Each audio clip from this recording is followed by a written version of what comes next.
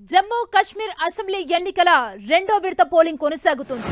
Peer Panjal పర్వత శ్రేణికి ఇరువైపులా ఉన్న శ్రీనగర్, బుద్గామ్, రాజౌరి, పూంచ్, గందర్బల్, రియాసీ జిల్లాల్లోని 26 స్థానాలకు ఎన్నికలు జరుగుతున్నాయి.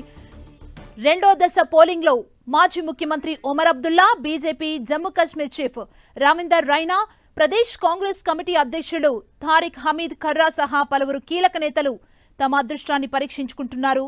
25.78 లక్షల మంది ఓటర్లు 239 మంది అభ్యర్థుల భవితవ్యాన్ని తేల్చనున్నారు.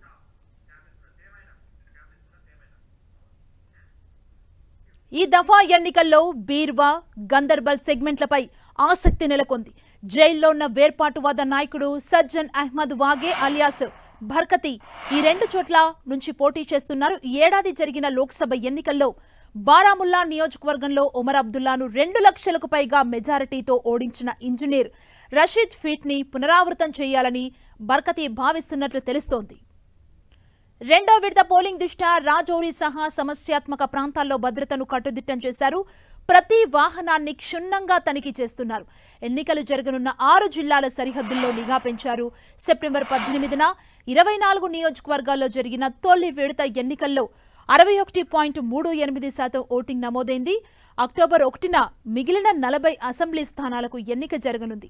అక్టోబర్ 8న ఓట్ల లెక్కింపు చేపట్టనున్నారు.